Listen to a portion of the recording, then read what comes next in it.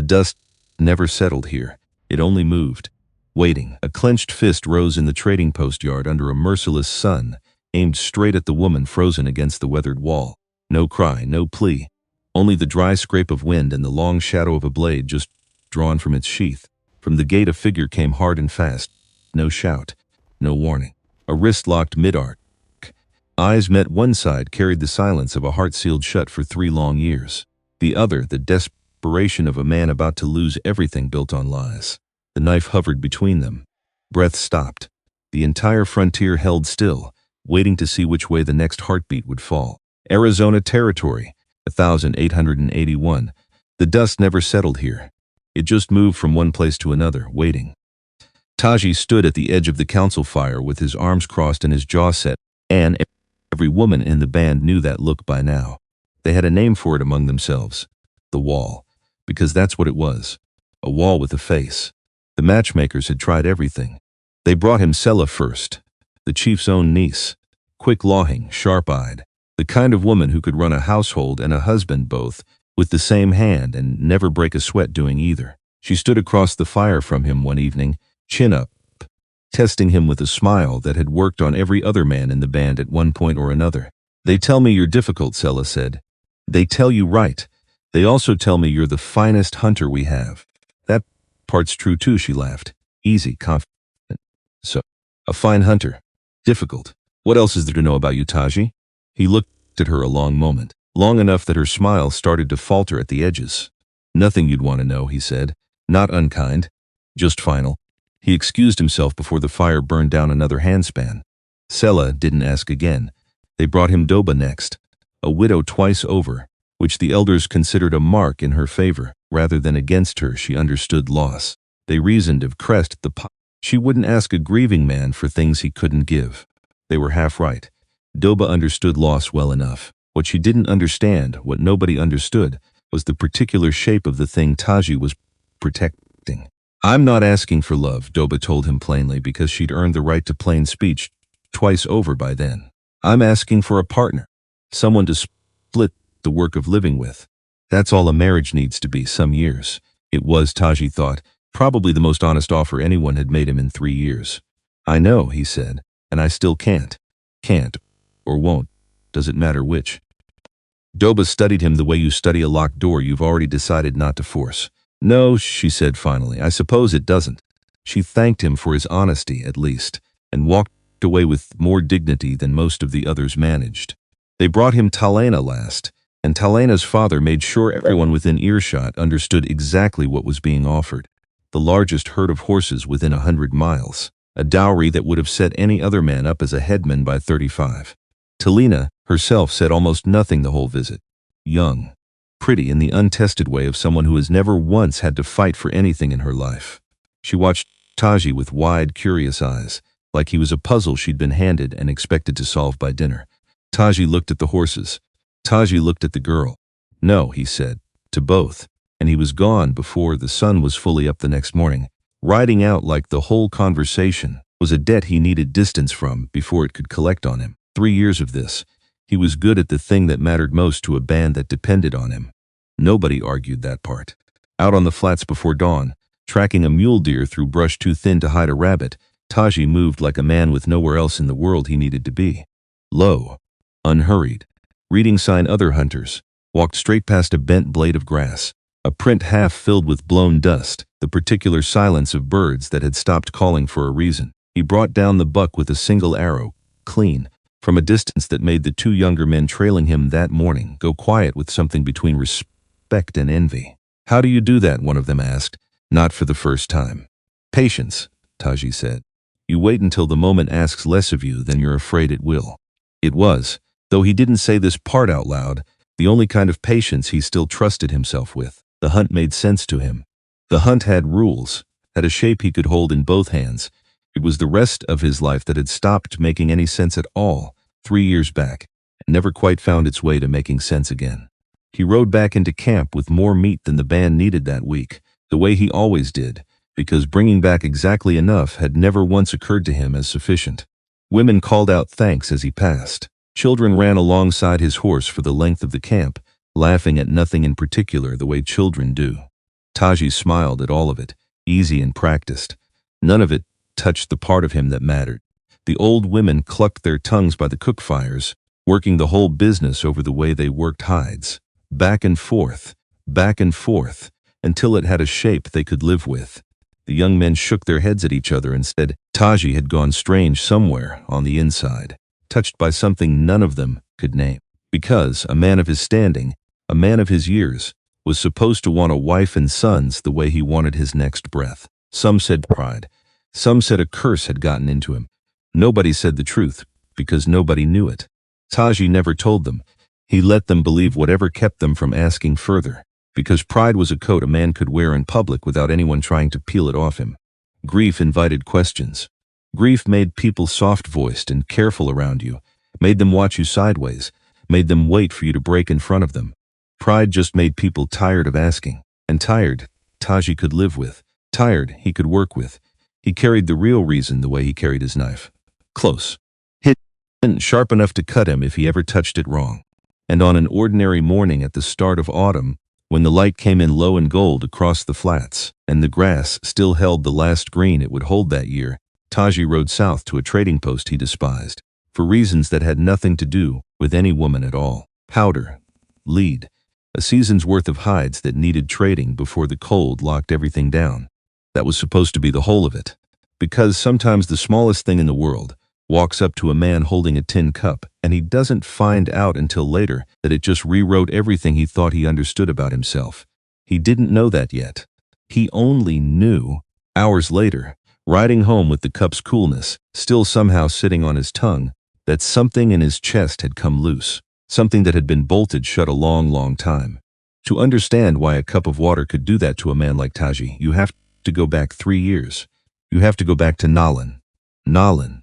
Her name meant something close to quiet water, and everyone who knew her said it fit. Not because she was shy. She wasn't. She had a laugh that carried clean across a whole camp and made grown men look up from their work smiling before they even knew why they were smiling. Quiet water didn't mean silent. It meant deep. It meant the kind of water you could drop a stone into and never hear it land. She used to sit with Taji at the edge of the horse pasture in the evenings and tell him, half serious, half teasing, from exactly how many children she intended for them to have. 6, she said once, counting them off on her fingers like she was already naming them. 6, at least 6. Maybe 7. If the 7th one behaves, and who's going to feed 6 children? You are. You're the best hunter in the band, Taji, or has nobody told you that? She grinned at him sideways. Might as well put the skill to use. He'd laughed. Really laughed. The kind that came up out of him, without any warning, the kind he hadn't laughed since he was a boy. 6, he'd said again, like trying the number on for size. All right. 6. He used to imagine the whole shape of his life with her in it after that. Sons. Daughters. An old age spent sitting outside a lodge somewhere, watching grandchildren chase each other through camp, while Nalin laughed at something he'd said. 40 years running, the joke still landing the same way it always had. He had never once imagined a version of his life without her in it, which was his first mistake, because life doesn't ask what a man has imagined. Life just goes ahead and does what it's going to do. The sickness came the way it always came those years, through trade goods passed hand to hand, through blankets nobody thought twice about, through a world that was closing in tighter around them from every direction whether anyone invited it in or not. It moved through camp in a matter of days. Elders first, then it reached for the youngest ones, and then it stopped being particular about who it reached for at all, because sickness doesn't respect the order a person expects it to follow. It just takes. Nalin fell ill on a Tuesday. Taji remembered that later, the specific, useless detail of which day of the week it had been, as if that mattered, as if knowing it had been a Tuesday could have changed anything about what came after. She was gone by the following week, a month before the wedding. He sat with her at the end, held her hand while it went slowly, from warm to something less than warm, a change so gradual he kept telling himself he was imagining it, right up until he couldn't tell himself that anymore. You'll find someone, Nalin said to him, near the end, her voice down to almost nothing. Someday. I need you to. Don't, Taji. Don't say that to me. Not now. She managed something that was almost a smile. You were always as stubborn at the wrong times. I'm not being stubborn, I'm being honest. So am I. He made her promises in that last hour that a young man makes when he is drowning and doesn't know yet that he's drowning. I will follow you. I will never let another woman near my heart. I will keep this fire only for you forever. Some of those promises he couldn't. Grief makes vows a man's body can't actually carry out. Not really, not for a whole lifetime. But one of them he kept, because it was the one kind of control a shattered man still had left to grab onto in a world that had just proven it could take anything from him without asking permission. He swore he would never love again. Not out of loyalty exactly, or not only that. It was simpler than loyalty, colder. It was arithmetic. A man who loves no one cannot be gutted twice.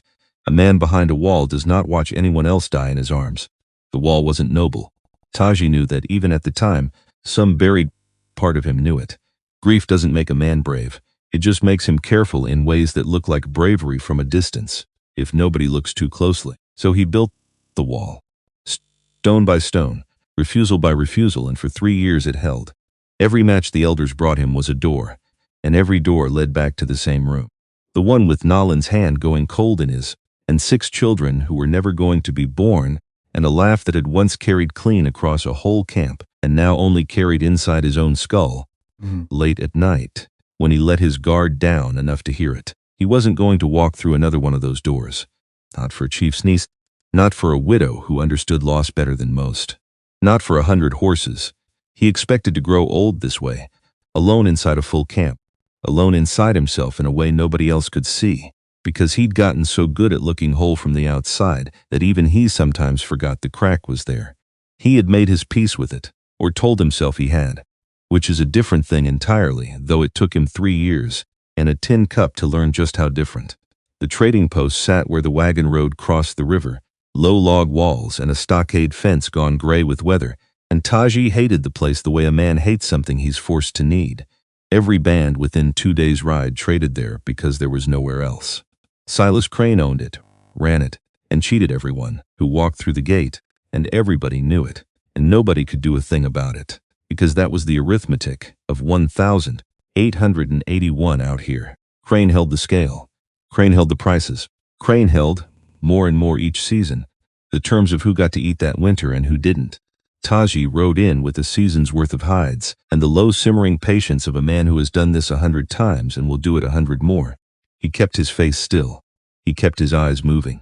Freighters loitered by the wagons, swapping stories that got taller with every telling. Drifters leaned on the fence rail with that particular grin men wear when they've decided, without ever having to say it out loud, that the man standing in front of them is worth less than they are. Nobody said anything Taji could point to directly. That wasn't how it worked. It was smaller than that. A word dropped just loud enough to carry. A laugh timed just wrong enough to land where it would land hardest. The trick of making a man feel the full weight of contempt without ever handing him a single reason to answer it out loud. Because answering it was exactly what would get a man in real trouble in a place like this. Taji didn't answer it. He'd learned that lesson a long time ago, learned it the expensive way, and he wasn't in the habit of paying that price twice. Crane took his time at the scale. Crane always took his time. It amused him, Taji suspected, watching an Apache man stand and wait in the heat with nothing to do but wait. No clock to appeal to. No authority in the yard who'd take his side if he complained. And the heat that day was real. Brutal, the kind that sits on a man's shoulders like a second weight he has to carry along with everything else he's already carrying, and there's no setting it down until the sun decides to let go of the sky. There was a trough by the fence, cool water sitting right there, close enough to smell it. Except a drifter had planted himself beside it, elbow on the post, grin fixed in place, daring anybody to come drink where a white man might decide to take offense at the sight of it. Taji wasn't going to give him the show, so he stood, thirsty, waiting, counting the trade down in his head like a man counting down a sentence he'd already been handed, because that was easier than counting the minutes themselves. The minutes were the part that actually hurt. His throat had gone past dry into something that ached. His shirt had gone through wet and dried test stiff and gone wet again. Still Crane dawdled at the scale, weighing this same stack of hides 3 separate times like the numbers might change if he squinted at them hard enough. Taji didn't move, didn't ask, didn't so much as glance at the trough again after that first look, because the drifter was watching for exactly that, waiting for the moment a proud man's thirst finally beat his pride, So he'd have something to laugh about for the rest of the week. It wasn't going to be today. Whatever else today turned out to be. That's when she crossed the yard. He hadn't noticed her before. She'd been somewhere in the back, some corner of the post that swallowed people whole and never gave them back into anyone's attention. A plain dress gone thin at the seams, a tin cup in her hand.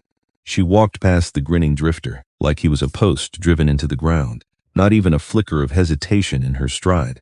And she dipped the cup from the good barrel by the door, not the trough. The good barrel.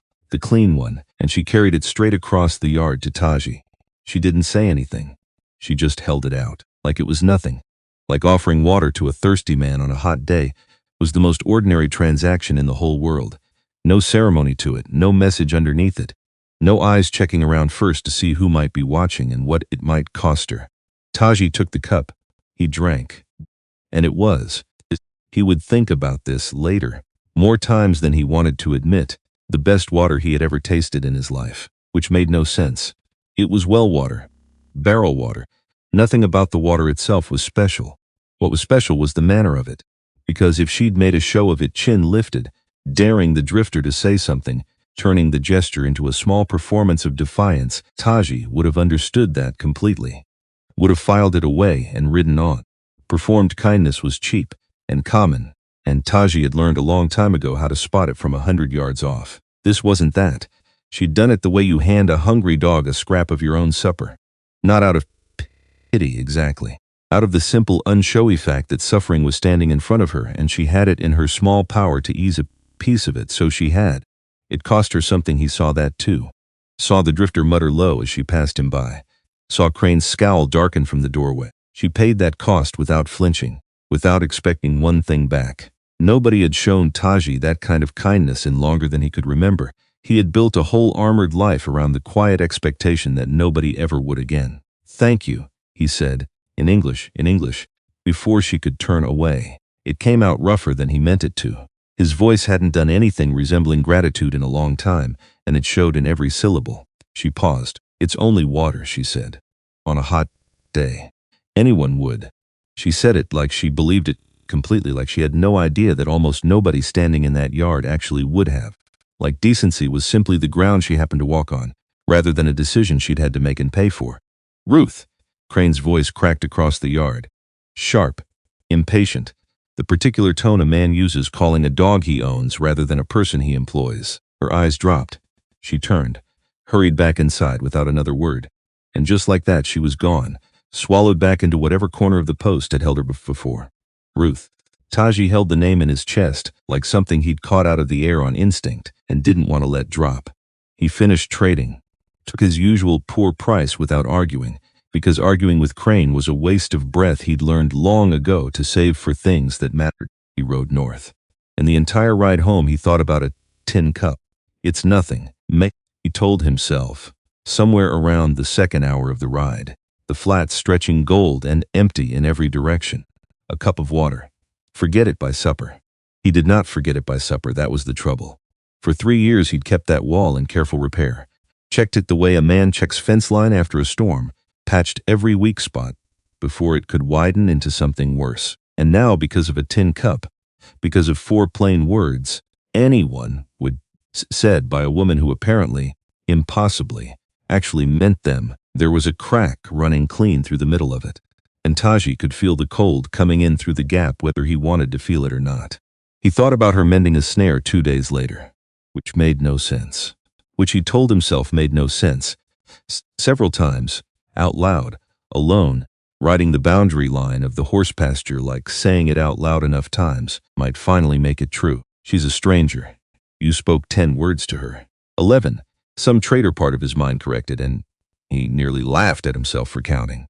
He thought about her riding the hunt 3 days after that, which was worse, because hunting required focus, and instead his focus kept sliding sideways toward a plain dress and a tin cup and a pair of eyes that had met his for exactly 1 second before dropping away toward the ground, like even looking at him too long might be a debt she couldn't afford. Stop, he told himself. He did not stop, because the thought had gotten inside him the way water gets inside stone. Slow, patient, merciless in its own quiet way. And the harder he tried to freeze it back out, the wider the crack ran. Until 2 months had gone by and Taji had to admit, at least to himself, in the dark, and where nobody else could hear him admit it, that the wall was no longer holding the way it used to. He sent another man to trade at the post the next time hides needed moving. Told himself that solved it. It didn't solve it. He tried not thinking about her name, which is, of course, the fastest and most reliable way in the world to think of nothing else. Until one gray morning, with frost still burning off the grass, he saddled his horse and told the camp he was riding south for powder and lead, and he was almost honest enough with himself to admit that wasn't the real reason at all. Almost. He'd get there. It would take him longer than it should have, but he'd get there. Ruth Tanner had not asked life for anything in particular, and life had made a careful, ongoing habit of not giving her anything anyway. She had come west as a young wife with a husband full of plans and short on luck, and the plans hadn't survived the first winter, and neither had he. A fall from a Greenbroke horse. An ordinary kind of tragedy out here, common enough that people barely paused in their own business to say sorry before moving straight on to the next piece of news worth repeating. Ruth had been left with no money, no family within 1,000 miles, no way home even if home had still wanted her back, which she doubted and hadn't tested, because testing it would have meant hoping, and hoping had already cost her enough. She had drifted the way women in her position drifted, taking whatever work put a roof over her that particular night, and asking as few questions as she could manage about tomorrow night. She had washed up, finally, at Silas Crane's trading post, where the terms had seemed simple enough at the start. Room, board, a little pay for cooking, cleaning, mending, keeping the place from sinking any further into the dirt. Crane himself seemed perfectly content to let it sink into. Simple, until it wasn't. She had not always been the quiet woman scrubbing pots in the back corner of a trading post.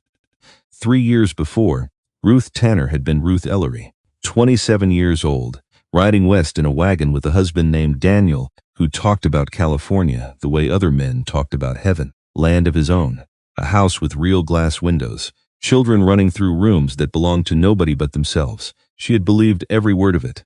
That was the thing about Daniel, he made belief easy. He had a way of describing a future so clearly that Ruth sometimes forgot it hadn't happened yet. It never got the chance to happen at all. 6 weeks into the territory, Daniel had gone out before first light to break a horse. He had no real business breaking, because a man from the next wagon over had bet him he couldn't, and Daniel had never once in his life turned down a bet he thought he could win. He couldn't win that one. Ruth heard the shout before she saw anything. By the time she reached him, he was already still, in the kind of stillness that doesn't need a doctor to confirm what it is. There was no service, no stone. Just a hole dug fast because the wagon train couldn't wait, and a wooden marker some stranger's husband knocked together out of kindness, and Ruth standing over it in a dress that still smelled like the trunk she'd packed it in back home, wondering what a person was supposed to do now, that the only plan she'd ever had belonged to a man in the ground. The wagon train moved on without her, mostly. A few families offered half-hearted charity for a week or two. Nobody offered a place that lasted. That wasn't cruelty exactly. It was simple survival math. Every family out here was already stretched thin feeding its own, and a widow with no skills anyone could name and no money to speak of was one more mouth nobody had budgeted for. She drifted after that. A season cooking for a freight outfit that folded before winter. A few months keeping house for an old rancher's wife, who died before spring and left Ruth with nothing but a letter of passable character and a warning gently meant that a woman alone out here needed to learn fast how little the world owed her. Ruth learned it. She learned it the way you learn anything that costs you enough completely, and without ever being able to unlearn it again. By the time she reached Silas Crane's trading post, she had stopped expecting kindness and started simply hoping for steadiness, a roof that stayed in one place, work that didn't run out from under her. Crane had offered both, in his flat, transactional way, and Ruth had taken it gratefully, not yet understanding that steadiness and a trap can look identical from the outside, right up until the door swings shut behind you. It happened slowly, the way most traps do. Crane never announced it, he just started keeping a ledger. You'll remember, the doctor, he said to her, one evening, maybe 4 months after she'd arrived, laying the book open on the counter between them, like it was the most natural thing in the world. The winter you took sick. Man rode 2 days for you. That costs, Ruth. I didn't ask you to send for a doctor. Would you rather I'd let you die in that back room? She had no answer for that. That was the whole design of it. Every question Crane asked came preloaded with only one acceptable answer, and Ruth had learned fast that arguing with the shape of the trap only tightened it. How much? She said instead. He told her a number. It was more than she'd earn in a year at the wage he was paying her. And the dress, Crane added, almost as an afterthought, nodding at the one she was wearing, the one he himself had handed her the week. Her old one had finally worn through at both elbows. That's not charity, understand? Nothing here's charity. The number grew that night. It grew again a few months later over a broken plate Ruth hadn't broken. It grew a third time over nothing Ruth could even identify, just a line added to the ledger in Crane's own hand, tallied by his own rules, that she had no way to check against, and no one to check it with even if she'd known how. She asked him once, gently, carefully, how much longer it might take to work it off. Crane looked at her, the particular way a man looks at a mule that started asking questions above its station. Long as it takes, he said. You want to leave, Ruth? Door's right there. See how far you get with no money and no name anybody out here trusts. See how that goes for a woman alone. He hadn't raised his voice once. He hadn't needed to. The math did all the threatening for him, quietly, the way math always does, adding itself up in the dark long after the conversation was over. So Ruth had gone quiet, not broken, just quiet, the particular quiet of a woman who has learned that speaking up brings trouble down twice as fast as it ever brings help. She kept her head down. She did her work. Somewhere along the way, she had stopped expecting anything good was coming for her, because expecting things was how a person set herself up to be disappointed on a schedule, and Ruth had run clean out of room for scheduled disappointment. She was 30 years old. She figured she'd grow old exactly like this, washing another man's dishes, invisible right up until the day she got too old to be useful, at which point Crane would find some quiet, deniable way to be rid of her, and that would be the whole of her story, start to finish. But Ruth had kept one thing the post hadn't managed to grind out of her. Her decency. Hard living hadn't made her hard. She still saw people actually saw them, not as furniture arranged around the edges of her day, but as people. Thirsty or tired or frightened, and something in her simply could not walk past a person suffering if she had it in her small power to ease it, even a little, even at a cost to herself. So when she'd looked out from the back of the post that hot afternoon and seen a Chiricahua man standing patient and silent in the sun, while a drifter guarded the water trough like something he personally owned, something in Ruth that Crane hadn't managed to kill had simply gotten up on its own, filled a cup, walked it out. Anyone would. That's what she told herself. Afterward, taking the scolding Crane handed her for wasting good barrel water on an Indian, same as she took everything else he handed her in silence. Head down, filed away. She had no idea the man had ridden 2 days home afterward thinking about her. The whole laughed at the notion if anyone had told her outright. Women like Ruth, invisible this long, don't generally imagine being seen. It isn't false modesty. It's simply that the muscle for imagining it has gone slack from disuse, the way any muscle does when nobody asks it to work. 2 months. That's how long it took Taji to come back. She noticed him the second he rode into the yard, though she made a careful point of not noticing him. Noticing her noticing him, because that felt like a dangerous game to be caught playing. Out here, in front of Crane, in front of anybody. He traded, same as before. Efficient, quiet, done in half the time Crane usually dragged it out to, which told her something about how little patience Taji had left for the performance of it this time. Except this time, when the trading was finished, he didn't leave. He lingered near the fence with his horse, not doing anything in particular, and Ruth felt the shape of his attention the way a person feels weather changing, before the clouds are even visible on the horizon. She found a reason to be in the yard. Mending, she told herself. The mending needed doing regardless of who happened to be standing nearby while she did it. You came back, she said, not really a question. More a fact she was testing out loud, to hear whether it held its own weight when spoken. I did. Trade's already done. I know. Silence. The kind that says more than the words either of them had actually managed yet. So why are you still standing in my yard? Then, Ruth said, and she surprised herself with how much nerve that took, and how easily it came out of her anyway, like it had been waiting behind her teeth for weeks. Because, Taji said. He didn't finish it, Ruth repeated. That's the whole answer? For today? Yes. She almost smiled, caught herself before it showed because smiling at him felt like handing over something she wasn't at all sure yet she wanted to give away for free. There was an old freighter named Otis who hauled goods through the post twice a season, gruff and gray-bearded, who'd taken a mild, uncomplicated liking to Ruth over the years the way a man does to a fixture he's grown used to seeing in the same place. He caught her alone by the wagons one afternoon, not long after Taji's second visit, and spoke low, like a man passing along a warning he half regretted having to give. Careful with that one, Ruth. With who? You know with who. Whole yard's watching him watch you. Otis shifted his weight, uncomfortable. Not saying he means you harm. Man doesn't carry himself like trouble.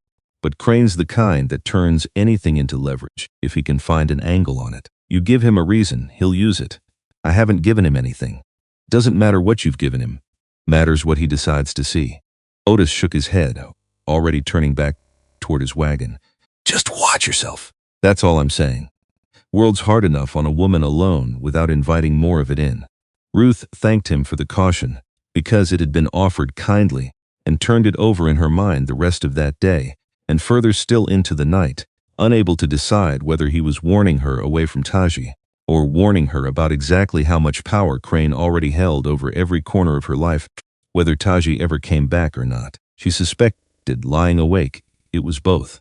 That frightened her more than either one alone could have. He came back a third time within the month, a fourth time 2 weeks after that. He never crowded her, never cornered her with questions or expectations she'd have to scramble to meet.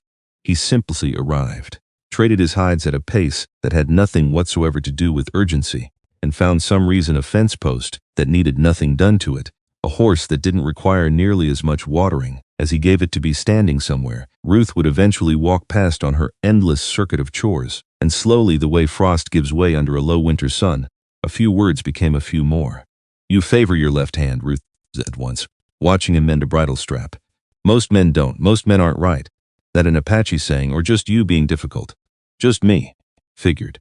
Ruth learned Taji's name properly learned. He'd earned his standing as a hunter before most boys his age had earned much of anything. Taji learned Ruth's full name, learned she was a widow, learned mostly from the things Crane said in front of her, like she wasn't a person capable of hearing and understanding plain English, exactly what kind of arrangement kept her tethered to this place, exactly how the ledger worked, exactly how it grew. That last part did something to Taji's face that Ruth couldn't quite read yet. Something that went hard and very still, like a man carefully setting a fact aside on a high shelf to deal with later, once he'd decided exactly how he meant to deal with it. It was on his 5th visit that he finally understood the true shape of it. He'd come around the side of the storeroom looking for Ruth, and instead found Crane hunched over his ledger at the counter, muttering figures to himself the way a man does when he's building something crooked and wants to make sure it still stands up on paper. Taji stayed in the shadow of the doorway, unseen, and listened long enough to catch the whole of it. A debt for a doctor Ruth hadn't asked for. A debt for a dress she'd been handed, not chosen. A debt that had somehow doubled itself twice over in a year, without a single new charge Ruth could name, growing the way weeds grow in a garden nobody's tending, except this garden had a gardener, and the gardener was planting the weeds on purpose. Taji did the arithmetic himself, standing there in the doorway, and the number he arrived at had nothing to do with anything Ruth could possibly owe a living soul. It was a cage, built out of ink and numbers instead of iron, but a cage all the same, and Ruth had been standing inside it for 3 years believing, because she had no way not to believe it, that the bars were real. Something settled into place in Taji's chest that afternoon. Quiet, certain. The particular stillness of a man who's just decided something and doesn't yet know how he's going to carry it out, only that he will. He didn't tell Ruth what he'd overheard. Not that day. Some things he'd learned needed to sit a while before a man knew what to do with them. But he stopped looking at Silas Crane the way he'd looked at him before. And Crane, sharp enough in his own way, noticed the change in Taji's eyes the very next time they crossed paths at the scale, and didn't much care for what he saw there. She didn't know what to make of him. Men who paid this kind of attention to a woman in her position usually wanted one particular thing, and usually didn't bother being patient about the asking. Taji never asked for anything, just spoke, just listened, actually listened, in a way that made the back of Ruth's throat tighten unexpectedly the first time it happened, because it had been so long since anyone had asked how her day had gone and then actually waited, unhurried, to hear the whole answer. She kept waiting for the other reason to show itself. It never did, which frightened her more, if she was honest, than if it finally had. On a gray afternoon with Crane occupied somewhere inside the post, Ruth finally asked him outright, "Why do you keep coming here?" Not a soft question. She made sure of that. You trade in an hour, then you stand around half the day doing nothing. She shook her head, not quite meeting his eyes. "I'm nobody, Taji. I wash dishes for a hard man in a hard place. Why does someone like you keep riding 2 days to talk to someone like me?" Taji was quiet a moment, long enough that Ruth thought, briefly, he might not answer at all, that the question had finally been the one to send him riding off for good. Then he told her the truth, because he'd run clean out of other things to tell himself, let alone her. "Because you gave me water," he said, "on a day when no one else would have. You did it like it was nothing." He looked at her directly now. "I have lived 3 years behind a wall, Ruth. I built it after lost someone, so I would never have to lose anyone again." He paused. "You handed me a cup of water, and the wall cracked. I haven't been able to mend it since, no matter how hard I've tried." Ruth said nothing. Her hands had gone still around the mending in her lap, the needle frozen halfway through a stitch. "I keep coming," Taji said, "because you're the first thing in a long time that's made me want to." She didn't ask him about the wall that day, didn't push. But a week later, mending forgotten in her lap, she found her nerve again. Who was she? Taji's hands went still on the bridle strap he was working. "You don't have to answer that," Ruth added quickly. "I shouldn't Nolan," he said. Her name was Nolan. He told her only pieces of it. Not all of it, not yet. Not the deathbed, not the promises he'd made a dying woman that he couldn't keep. Just enough. The sickness. The month before a wedding that never happened. The particular silence that follows a person around afterward, the way his own shadow now seemed to carry a second one, folded inside it. "I stopped letting myself want anything after that," he said. It seemed like the only way to keep breathing regular. Ruth was quiet a long moment. When she spoke again, her voice had gone somewhere private. "Daniel," she said, "my husband. 6 weeks into this territory. A fall from a horse he had no business breaking." He looked down at her hands. "I used to think grief was supposed to get smaller. Nobody tells you it just gets quieter. Not smaller. Just quieter. So you stop noticing you're still carrying the same weight." "That's it exactly," Taji said, something in his voice catching on the words like they'd been waiting a long time for someone else to say them first. They sat with that a while. Two people who had each built their own separate wall out of the same material, discovering, without either one planning it, that the walls had been facing each other the whole time. "I'm not asking you to forget her," Ruth said finally. "I wouldn't know how to ask that. I haven't forgotten Daniel either. I'm not asking you to compete with a dead woman." "Good." A small, unsteady laugh escaped her. "Because I don't think I'd win that particular contest, and I'd rather not try." "You're not trying for anything," Taji said. "That's the whole point of you, Ruth. You never once tried for anything with me. You just handed me water." He brought her something the next time. Small. Nothing that would catch Crane's eye, or invite questions Ruth couldn't afford to answer. A comb, carved from bone, worked with a plain, careful pattern along the spine of it, nothing elaborate. Nothing a man buys to impress. The kind of thing a man makes with his own hands over several quiet evenings because he wants to, not because anyone asked him to. He held it out to her the way she'd once held out a tin cup. No ceremony, no expectation. Ruth stared at it a long moment before she took it. "You made this. Winter evenings are long, that's not an answer." "I made it," Taji admitted, and something almost like embarrassment crossed his face, which looked strange sitting there, on a man who otherwise moved through the world, like nothing could touch him. "It isn't much. It's more than anyone's given me in 3 years. Ruth turned it over in her hands, careful, like something that might break if she held it wrong. "I don't have anything to give you back. I didn't bring it so you'd give something back." "Everyone wants something back," to sigh. "Not everyone." He held her eyes when he said it. "You taught me that yourself, out in this yard. A hot day and a cup of water, and you never once looked like you were waiting for me to owe you anything for it." Ruth didn't have an answer for that. She tucked the comb into the pocket of her apron instead, where it would sit hidden from Crane's eye for weeks afterward, and touched it more times a day than she would ever have admitted to anyone. A small, hard proof, whenever her nerves started failing her, that she hadn't imagined any of this. There was a moment, near the end of that visit, that neither of them spoke about afterward, though both of them carried it home in their own separate directions.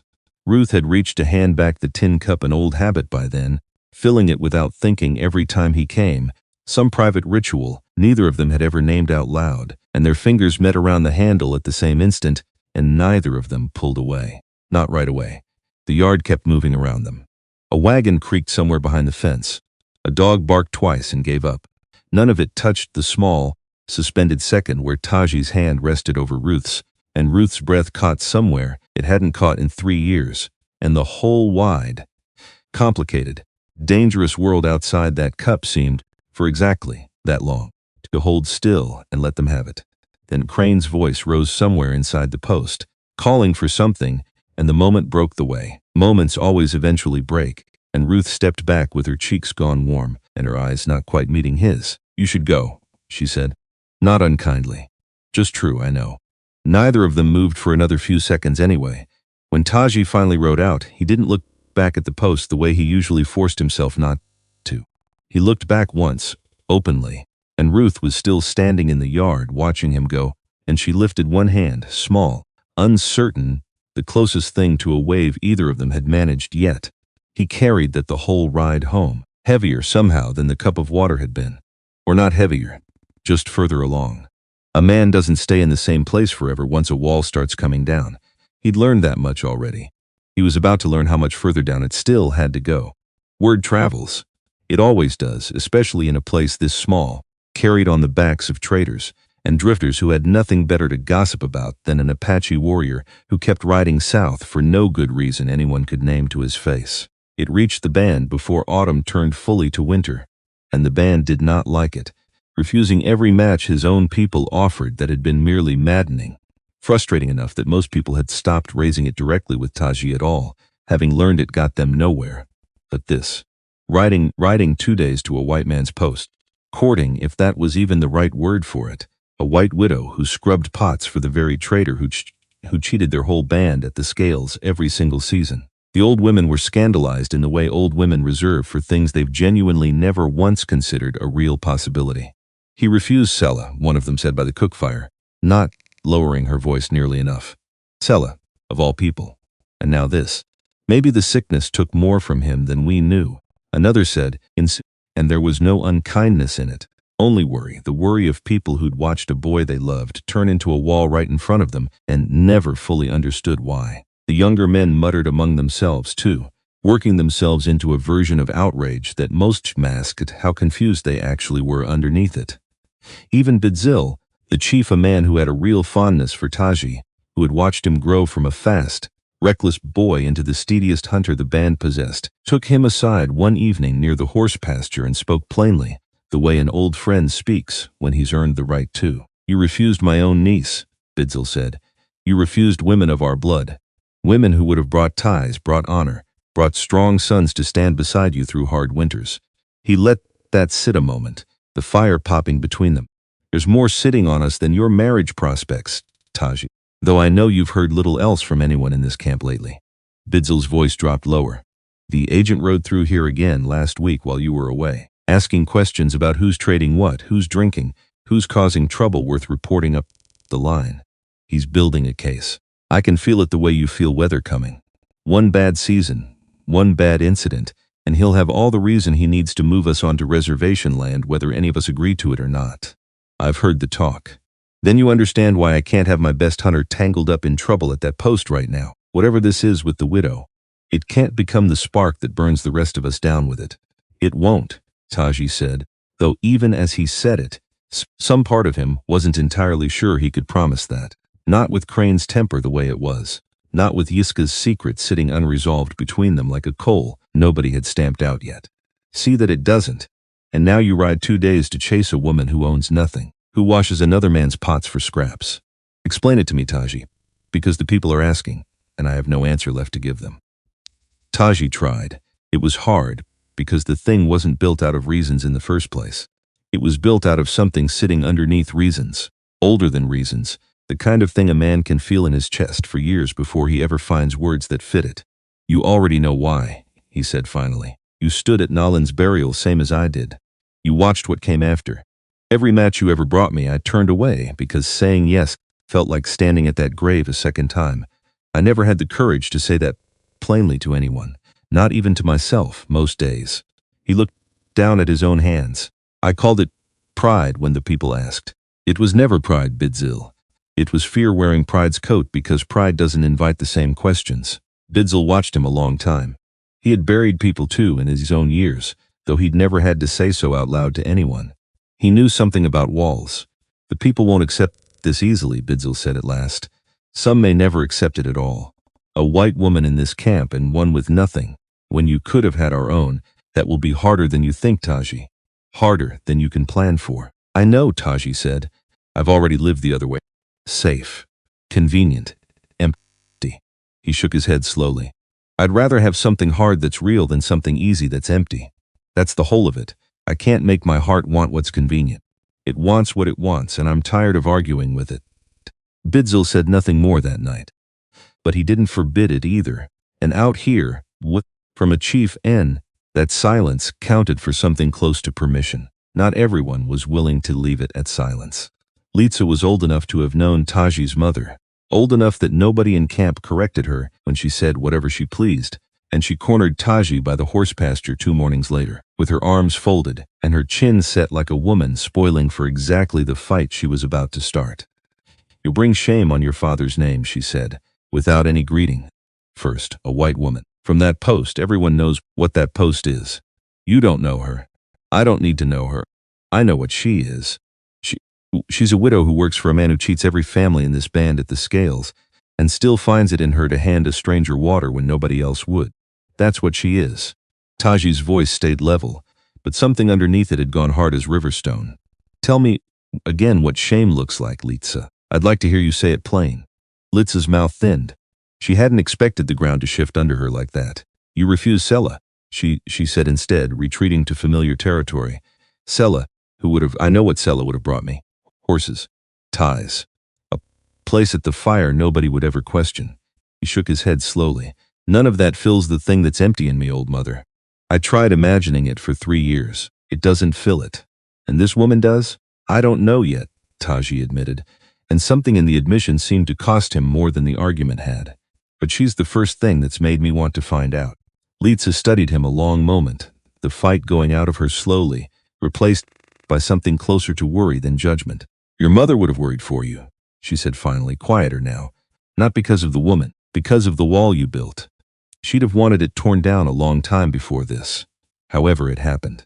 She walked off without waiting for an answer, and Taji stood a while longer at the pasture fence, turning that last part over, surprised at how much gentler it had landed than everything that came before it. While Taji fought his own people's doubt, Ruth was fighting a war entirely inside herself, and hers was, in its own quiet way, the harder battle of the two, because Taji's words had cracked something in her too, the same way her water had cracked something in him, and that terrified her more than she wanted to admit even to the dark of her own small room at night. For years Ruth had survived by expecting nothing. That had been the whole architecture of getting through each day. Expect nothing, and you cannot be knocked flat by its absence. She had watched other women at other posts let themselves hope for a man's promises, watched exactly how that always ended for them, and she had made herself a quiet vow a long time ago never to be foolish that particular way again. So when Taji looked at her, the way he'd started looking at her like she was something worth seeing, rather than something to step politely around every careful, hard-won instinct in Ruth screamed at her to run from it as fast and as far as her circumstances would allow, which wasn't very far at all. And that was its own kind of cruelty. An Apache warrior, and a white servant with a fake debt hung around her neck like a stone she couldn't set down. It made no sense in any world Ruth understood the rules of. His people would resent her, would maybe never fully let her in no matter how hard she tried to earn it. And her own people, the handful who'd even claimed to know her by name, would call her worse things than they already whispered behind her back. There was no version of this that came easy, and Ruth had had enough hard for one lifetime already. Thank you. The sensible thing, she told herself over and over, lying awake and staring at the low ceiling of her room, was to thank him plainly for his kindness and ask him, gently but firmly, to stop coming.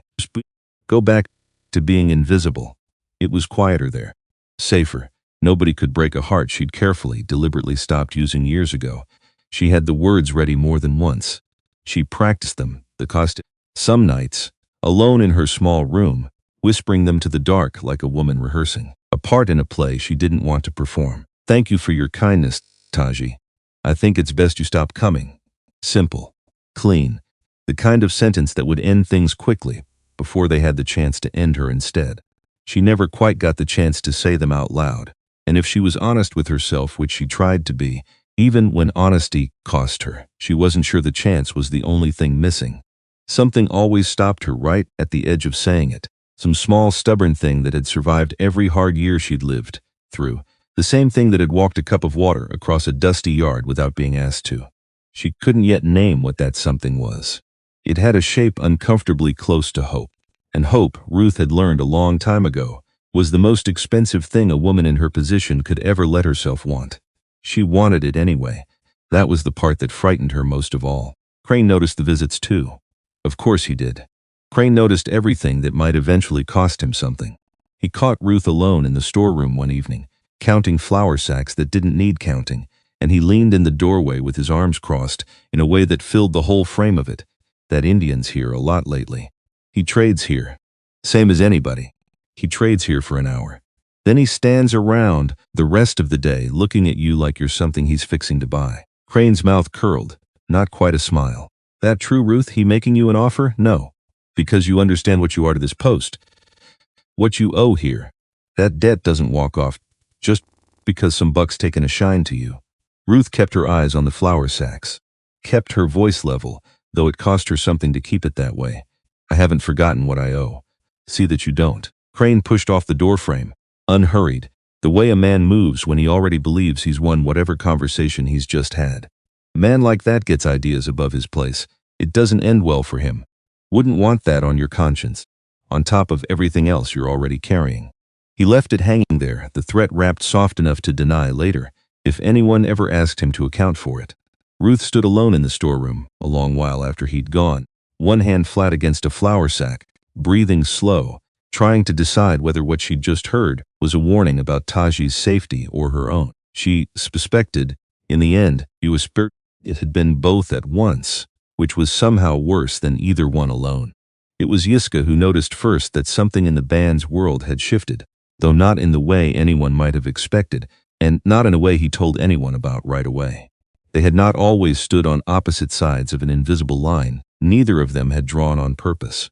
There had been a summer, years back, when Yiska was still young enough to trail after Taji the way a younger brother trails after an older one, and Taji not yet burdened with a promise to Nalin, not yet burdened with anything much heavier than the ordinary weight of being good at everything he tried, had taught him to read a deep trail properly instead of just following the obvious ground. Had sat with him 3 separate mornings until Yiska finally understood how to hold still long enough for his patience to outlast an animal's caution. You're better at this than I was, Taji had told him once, meaning it. And Yiska had carried that sentence around for a full year like it was something he could spend. Somewhere between that summer and this one, the space between them had filled in with something neither of them had named out loud. Not hatred. Nothing so honest as hatred. Just the slow, grinding weight of always arriving second in a race. Nobody else even remembered they were running, until the running itself became the only thing Yiska recognized about himself anymore. Yiska was younger than Taji by 6 or 7 years, fast with a bow, faster with his temper. He'd spent most of his life a half step behind Taji's shadow, trying to close a gap that never seemed to close no matter how hard he rode, no matter how many rabbits or how much meat he hauled back into camp to prove himself against a standard nobody had actually set for him except himself. He didn't hate Taji exactly. It was more complicated than hate, and more familiar. It was the particular slow ache of always being the second name mentioned. Always the one the girls compared favorably to Taji first, and unfavorably to nobody else at all, like there was only ever one measuring stick in the whole camp, and it had Taji's height marked on it. So when word came that Taji's steady, wall-built, untouchable Taji had gone soft over some white servant at Crane's post, Something in Yiska lit up that he didn't examine too closely, because examining it closely would have meant admitting things about himself he'd rather leave alone. If Taji could bend the rules that badly and still, apparently, be forgiven for it, still hold his standing in the band, then maybe the rules had more given them than anyone had ever bothered telling Yiska. Yiska had his own arrangement with Crane already. Small at first. A few extra hides traded off quietly on the side. Off the books the band knew about for whiskey Crane wasn't supposed to be selling to anyone in the territory, let alone to a Chirkawa man half his own age. It had started as a way to feel like he had something Taji didn't. A secret, a little corner of the world where Yiska and not Taji held every card at the table. It had grown since then. Slowly. The way debts and secrets both tend to grow when nobody's watching closely enough to stop them from growing. He hadn't meant for Taji to see him that day, but Taji had come to trade early, before the worst of the heat set in, and from the shadow thrown by the stockade fence he'd caught the shape of it clean and clear. Yiska ducked low behind the smokehouse with Crane, hides passing one direction, a jug passing the other, both men glancing over their shoulders with the furtive rhythm of people who know exactly how much trouble they're standing inside of and are betting badly that nobody else knows it too. Taji didn't say anything. Not then. He waited until Yiska had ridden a mile clear of the post, until the trading post fence lines had shrunk to nothing behind them on the flats, before he brought his horse up alongside him. How long? Yiska's shoulders went rigid. He didn't ask what Taji meant. There wasn't any use pretending since summer, he said finally. Whiskey. A little. A little. It's my hides, Taji, my trade, not band business. It's band business the moment the agent finds one bottle in this camp. Taji kept his voice level, which somehow made it worse than shouting would have. You understand what he's looking for right now. Any excuse. One drunk man, one bad night, and he moves us onto that reservation land whether Bidzil agrees to it or not. You know this. I know it. Yiska's jaw was tight. I also know I've spent 6 every door open for you and none of them open for me. Maybe I wanted one thing that was mine. This isn't the thing to want. Easy for you to say. Nothing's ever cost you anything. The words came out sharper than Yiska seemed to intend, and something crossed his face right after not quite regret, not yet, but close enough to its shadow. Taji looked at him a long moment.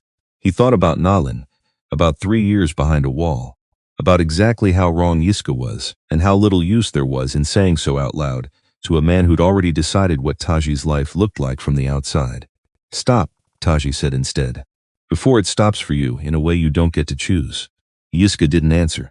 He kicked his horse ahead, putting distance between them that had nothing to do with the trail, and Taji let him go, because some things a man has to arrive at on his own timing, or not arrive at all. He filed the rest of it away, the same quiet way he'd once filed away a tin cup of water, except this feeling sat in his chest completely differently. Heavier, colder, because whiskey traded into a band already strained thin by a hard year, already watched too closely by an agent looking for any excuse at all to tighten the reservation, noose another notch that wasn't a small secret. That was the kind of secret that could burn down a great deal more than the man carrying it. Taji rode home that evening with 2 things sitting side by side in his chest, and he couldn't yet tell which one weighed more. A woman with a tin cup who had cracked him open without ever meaning to, and a friend with a jug of whiskey, standing closer to the edge of something than he understood, or wanted to understand, or was ready to hear. The meat Taji's hunts brought in mattered more than it had in other years, and everyone in camp felt it without needing to say so out loud. The grass had come up thin that spring. The rains had been stingy through summer.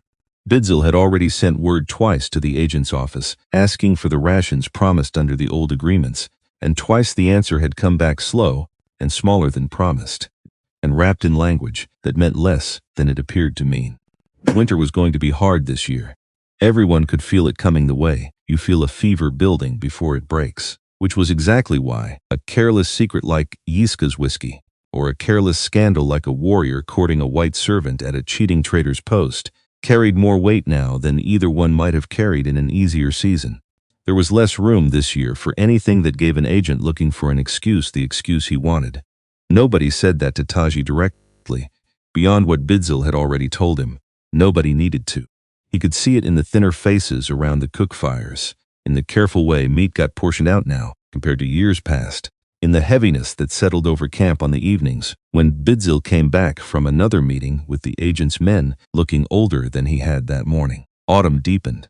The grass along the river turned the color of old rope, and the wind coming down off the higher country carried the first real bite of the season underneath it, sharp enough now to catch in a person's chest on the way in. Ruth kept mending things that didn't need mending, and the exact hours she'd learned, without meaning to learn it, matched the hours Taji tended to appear in the yard. Taji kept finding reasons his horse needed watering, long after it had already finished drinking its fill. Neither of them said the words sitting underneath everything they did say to each other. Not yet.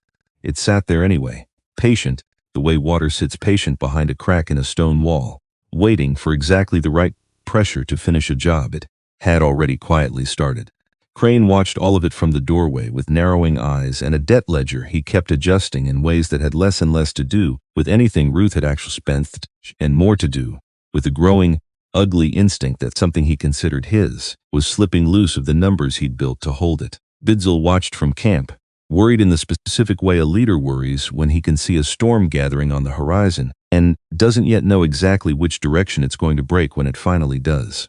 And somewhere off past the smokehouse, in the gray hour before dusk, Yiska kept trading in secret, telling himself every single time that this one would be the last, telling himself that right, up until the next time came around again, and made a liar out of him one more time. 3 threads pulled tight, none of them broken yet. But autumn was ending, and winter in this country did not forgive anyone their unfinished business, whatever was coming for Taji, for Ruth, for the whole uneasy balance holding the band together through a hard year that showed no signs of getting easier. It was coming, whether anyone in this story was ready for it or not. It always does. Fear does strange arithmetic of its own. Yiska rode home that night, turning Taji's words over and over, and the more he turned them, the less they sounded like warning. They sounded like threat, which wasn't what Taji had meant, but meaning and hearing are 2 different animals, and Yiska's had teeth in it now. Stop, before it stops for you, in a way you don't get to choose. Except Yiska heard something else underneath that. He heard, I know, and one day I'll use it, because that's what fear does. It rewrites a warning into a threat, quietly, while you're not looking, until the 2 are impossible to tell apart. He didn't sleep that night, lay staring at the lodge poles overhead, running the whole thing forward in his mind like a man reading his own future off a stacked deck. Taji would tell Bidzil eventually. Had to. A man like Taji didn't sit on something this size forever, not with the agent circling, not with winter coming down hard. And when Bidzil found out, when the whole camp found out, Yiska wouldn't just lose his standing. He'd lose everything left of it, unless. The word sat there in the dark a long while before Yiska let himself finish the thought. Unless I get there first. The agent's name was Whitmore, and he kept an office 2 days south, a squat building with a flag out front that had gone gray with dust, same as everything else out here. He didn't much like riding out to check on bands he already considered half-managed, which meant when an Apache man rode in alone, unescorted, asking to speak with him directly, Whitmore's interest sharpened considerably before either of them said a word. You're one of Bidzil's, Whitmore said. Not a question. Yiska, what can I do for you, Yiska? Yiska's mouth had gone dry the whole ride down. He hadn't planned the exact words, only the shape of what he needed them to do. There's a man in our camp, he said, meeting with a white woman at Crane's post. For months now. Whitmore's eyebrows went up, mild interest sliding toward something sharper. That's not a crime, far as I know. It's not only that. Yiska made himself hold the man's eyes. He's been talking with her. Passing things, I don't know what. I've seen him leave the post with papers folded away. I think he let it hang a beat, calculated, cruel in its precision. I think he's arranging something. With the whites. Against the band. It was a lie built out of nothing. A folded paper Yiska had never actually seen. A conversation he was inventing whole cloth, word by word, right there in the doorway of a stranger's office. But it was the kind of lie a frightened man tells easily, because some small ruined part of him has already convinced himself it's practically true. Taji had been going to that post constantly. Taji did know things about Yiska that could end him. So why not let Taji be the dangerous one instead? Why not let the story point somewhere other than at himself? Whitmore leaned back slowly. His name Taji. The word left Yiska's mouth, and he felt something in his chest go cold and hollow the second it did, like he'd just stepped off solid ground and hadn't hit bottom yet. "I'll be watching him," Whitmore said. "You did right coming to me." He said it the way a man says something he's already decided is true regardless of what proof follows. That was the part Yiska hadn't accounted for. Riding down here, he'd expected questions. Expected to be pushed for details he didn't actually have. Instead, Whitmore simply nodded, like a piece had slotted neatly into a puzzle he'd already been building for months, and reached for a pen. "Spell it for me." Tazhi. Whitmore wrote it slow, deliberate, forbrent, and Yiska watched the letters form with a rising, sour feeling in his stomach that hadn't been there when he rode in. It was one thing to say a name out loud in anger, in fear, in the tangled mess of wanting to be seen as something other than second best for once in his life. It was another thing entirely to watch that name get written down in a white man's ledger, where it would sit, a permanent, waiting to be used. Yiska rode home with that sentence lodged in his throat the whole way, and it did not sit any easier by the time camp came back into view. He told himself it would blow over. He told himself that for 3 days straight, and on the 4th day, riding out alone to check a snare line he didn't actually need to check, he told himself something closer to the truth. You didn't protect yourself. You just handed the agent a knife and pointed it at your own brother, except Taji wasn't his brother, not by blood, which had never mattered before, which was, if Yiska was honest and he was trying badly, to be honest with himself for the first time in months, the whole root of the thing. Taji had never once needed to be his blood brother, to outshine him at everything that mattered. Yiska turned his horse back toward camp before he'd finished the snare line. He didn't have the nerve yet to undo what he'd done. He wasn't sure, riding home, whether he ever would. Taji felt the shift before anyone told him what caused it. A stillness around certain cookfires when he passed. A conversation that stopped a half-second too late to seem natural. Bidzel's face the next time their paths crossed, carrying a weight that hadn't been there the week before. "Something's wrong," Taji said, catching him near the horse pasture. "The agent sent word. Bidzel didn't dress it up. Someone told him you've been passing information at that post. Papers. Plans against the band." Taji went very still. "That's a lie." "I know it's a lie." Bidzel's jaw tightened. "Doesn't matter what I know, Taji. Matters what he decides to believe. And right now he's got a reason handed to him on a plate, and men like that don't hand reasons back." "Who told him?" Bidzel didn't answer right away. When he did, his voice had gone careful, the way a man's voice goes when he's about to say something he wishes wasn't true. "I don't know for certain, but there's only a handful of us who'd know enough to make the lie sound real, and fewer still with reason to want you looking guilty." Taji thought of Yiska, thought of a jug passing hand to hand behind a smokehouse, and a warning given in good faith on a dusty trail, and the look on a younger man's face right before he kicks his horse into distance he doesn't need. Something cold settled into his chest, and it wasn't fear exactly. It was closer to grief, the kind you feel watching a bridge burn that you didn't light yourself. He rode to the post the next morning anyway. Could not. Except this time, walking the yard toward the water barrel out of old habit, something stopped him. A stack of crates by the storeroom door, half covered with a tarp gone stiff with dust, the kind of thing that clearly forgotten for years.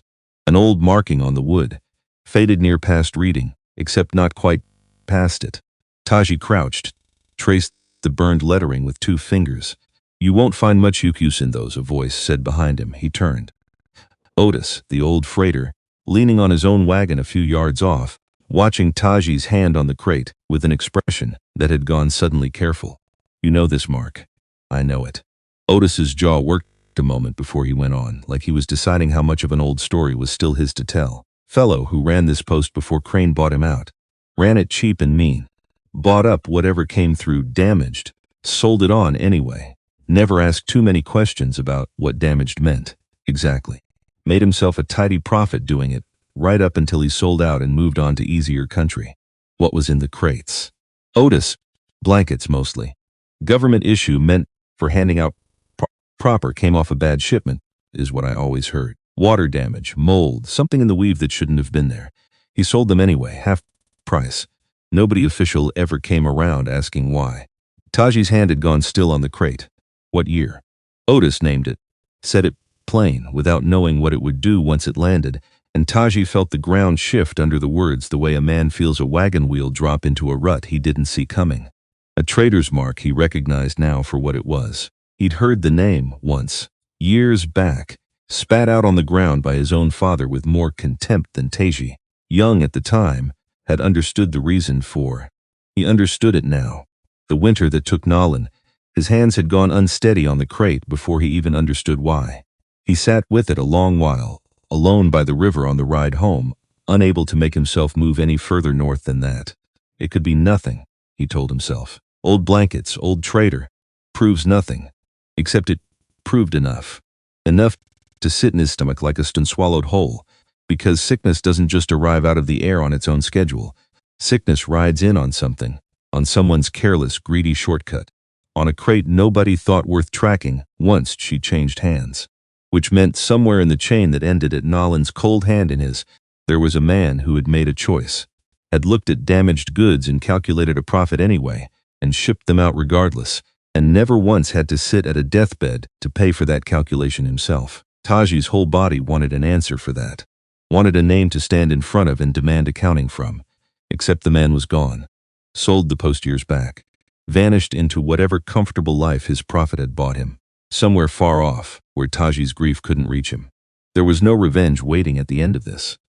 Only the truth, sitting there, useless and enormous, with nowhere left to go.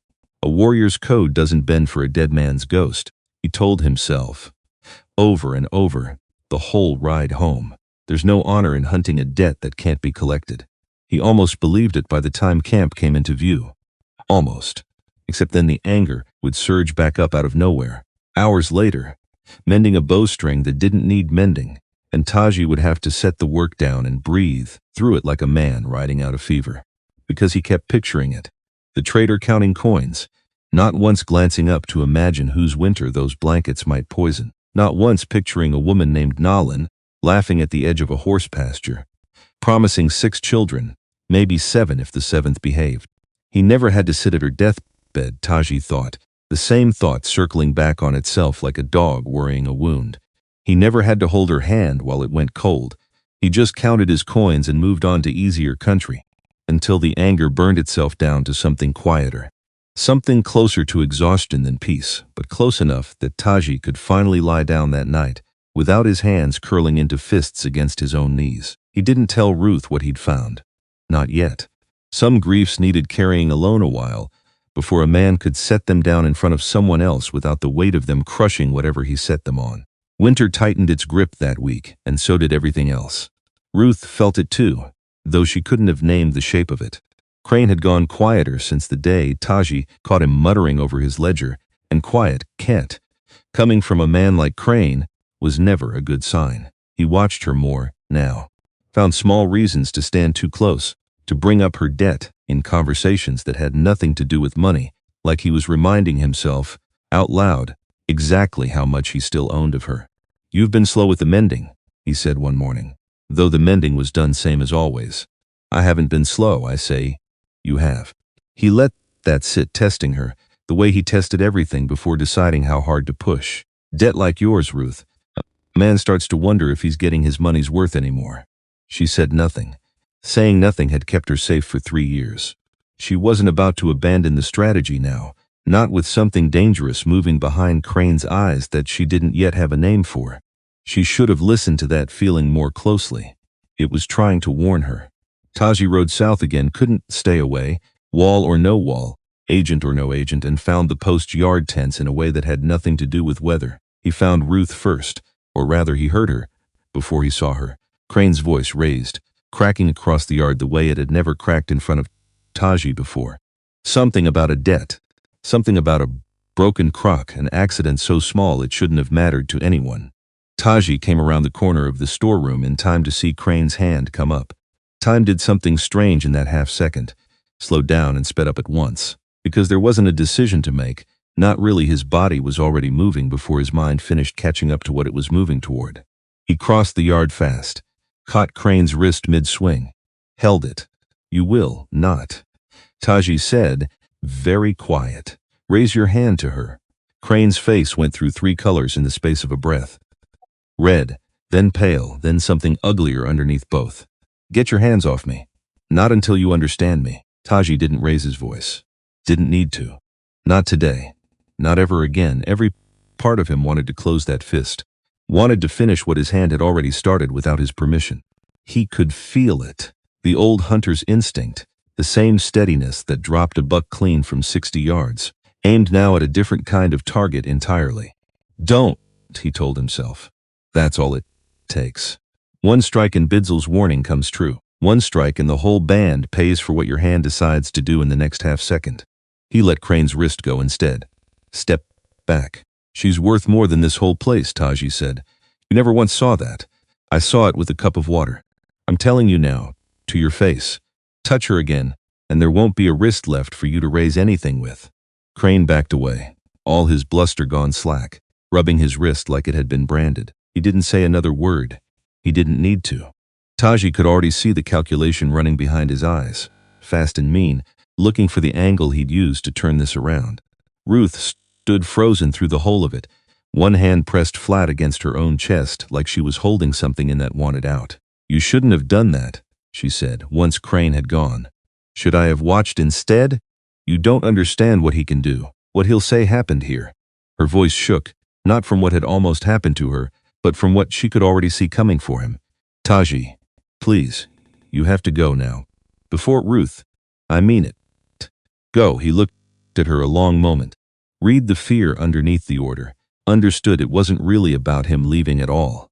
It was about her having already lost one man to this hard country, and being unwilling, unable, to sit still and watch it start again with another. He went, not because she'd told him to, because some part of him, riding out of that yard, already understood exactly what Crane was about to do with what he'd just witnessed, and there was nothing left to do about it now but wait for it to land. Ruth didn't sleep that night either. She lay in the dark replaying it, Crane's hand coming up, the sound it would have made if it had landed, the particular silence right before Taji's fingers closed around that wrist. She had braced herself for pain so many times over 3 years that her body had a whole practiced routine for it. Flinch, absorb. Say nothing, wait for it to pass. It hadn't had the chance to pass this time. Someone had stopped it before it could even start, and that fact sat strange and unfamiliar in her chest, taking up space she hadn't known was empty. She thought of Daniel, briefly, guiltily, wondered whether he would have understood this, a man, crossing a yard fast enough that his body decided before his mind did. She thought he might have. She hoped he might have. Mostly she thought about what Crane's face had looked like, backing away, rubbing his wrist. That wasn't a man who'd learned a lesson. That was a man calculating his next move. Ruth understood that better than almost anyone alive. She'd been living inside Crane's calculations for 3 years. She knew exactly how fast and how ugly they could turn. It landed within the day. Crane didn't waste time riding to Whitmore's office himself, breathless, righteous, rearranging the truth into whatever shape served him best. An Apache man. Attacked me in my own yard. Grabbed hold of me, would have done worse if my own hired hands hadn't come running. There were no hired hands who'd come running. There had been no attack at all, not the kind Crane described. But Whitmore was already primed to believe the worst of Taji, thanks to a lie planted days earlier by a frightened younger man, who never showed his face in the telling of this one. 2 lies, stacked one on top of the other, and neither of them true, and both of them landing exactly where they were aimed. Whitmore rode out to the band himself this time, didn't send word ahead. Arrived with 2 soldiers flanking him and an expression that had already decided the outcome before a single word got exchanged. Your man Taji, he said to Bidzel, not bothering to dismount. Assaulted a white trader. Witnesses confirm it. There's no witness who saw what you think they saw. Doesn't much matter what I think, Chief. Matters what gets written down. Whitmore's eyes swept the camp, slow, deliberate, forward. The gaze of a man reminding everyone present exactly how much power he actually held over their winter. He let the silence stretch a moment, long enough for the whole camp gathered behind Bidzel to feel the full weight of it settling over them, like a held breath nobody was permitted to release. I've been patient with this band, more patient than most would have been. But I've got a report to file, and I'm not filing one that says an Indian can put hands on a white man and walk away clean. Sets a bad precedent. Other bands hear about that, they start getting ideas. He was defending a woman from being struck. That's not how it'll read. Whitmore's mouth tightened. Here's how this goes. You hand him over. Let the proper authorities sort out what happened. fair and square. Or he let the word sit there, deliberate, cruel in its patience. Or the whole band relocates. Reservation land. This week, I've got the authority, and after this I've got the reason too. Your choice, Chief. But you don't have long to make it. He turned his horse without waiting for an answer. Soldiers falling in behind him, leaving the whole camazon that felt like the moment right before a held breath finally breaks. Nobody moved for a long moment after the dust of the soldiers' horses had settled. Then everyone moved at once, voices rising, overlapping, fear doing what fear always does, a crowd turning grief into argument before it's even had the decency to arrive properly. Some looked at Taji outright, open accusation on their faces that they didn't bother hiding anymore. Others looked away from him entirely, which somehow felt worse. An old woman near the fire began to weep, quiet, for a winter that hadn't even started yet and was already being taken from them twice over, once by the thin grass and stingy rain, and now by a lie with a white man's authority stamped behind it. Taji stood in the middle of all of it and said nothing, because there was nothing he could say that would undo a single word Whitmore had already carried away with him. Bidzil found Taji that evening by the horse pasture, the same place he'd found him weeks before to talk about brides and pride, and a wall nobody outside the two of them had ever fully understood. This conversation carried a different weight entirely. You heard. I heard. Then you understand what's being asked of you. Taji looked out at the dark shapes of the horses moving slow against the last gray light, thought of a tin cup, a comb carved over long winter evenings, a hand that hadn't pulled away from his around a cup handle, thought of an entire band, every cook fire, every child who'd run laughing alongside his horse, every old woman who'd clucked her tongue at him and meant it out of worry more than judgment. I understand, he said finally, and his voice had gone somewhere flat and far away, the sound of a man weighing costs he didn't want to be weighing. I'm not asking you to decide tonight. You don't have to ask. The agent already did. Taji's jaw tightened. He didn't leave me long enough to pretend there's a version of this where everyone I care about walks away whole. There may not be a version like that at all, Bidzil said. Quiet. I wish I could tell you. Otherwise, I've spent 30 years trying to keep this band standing on ground that keeps shifting under all of us. I don't have a trick left for this one, Taji. I wish I did, I know. Whatever you decide. Bidzil put a hand briefly on his shoulder, the closest thing to comfort either man knew how to offer the other out here, in the cold, with everything hanging the way it was. The band won't forget what you tried to build, whichever way this lands. Taji didn't answer that. Some kindnesses, offered at the wrong moment, only made the weight heavier to carry, not lighter, and this was one of those. He rode south one more time before the week ran out. Not to trade, not for powder or lead. He found Ruth in the yard, same as always, and something in his face must have told her, before he said a single word, because her hands went still around whatever mending she'd picked up as an excuse to be standing there. Taji, they want me to turn myself over, or the whole band moves onto reservation land this week. Ruth's face went white, then very still, the stillness of a person absorbing a blow she'd half expected and dreaded anyway. Because of what happened here, because of Crane, because of a lie and a fear and a man who's been looking for a reason all along. Taji shook his head slowly. It doesn't matter anymore how it started. It's here now. You can't give yourself over to them. You know what that means. You know how that ends for you. I know what it means if I don't, too. I've watched that band go hungry this winter already, Ruth. I won't watch them lose their whole home because I couldn't bring myself to walk into that agent's office. And what about her voice caught? And she made herself finish it anyway, because not finishing it felt like its own kind of cowardice. What about me? What am I supposed to do with all of this? Taji. She didn't finish that sentence either. Couldn't. Taji reached out and took her hand, the same hand that had once held a tin cup across this same dusty yard, and held it now like he intended to remember exactly how it felt for as long as he had left to remember anything at all. I don't have an answer for you, he said. Not tonight. I only know I haven't given up yet. Not on the band, not on you, whatever's coming. I mean to meet it standing, not kneeling. Ruth held onto his hand like it was the only solid thing left in a world that had just tilted sideways underneath her.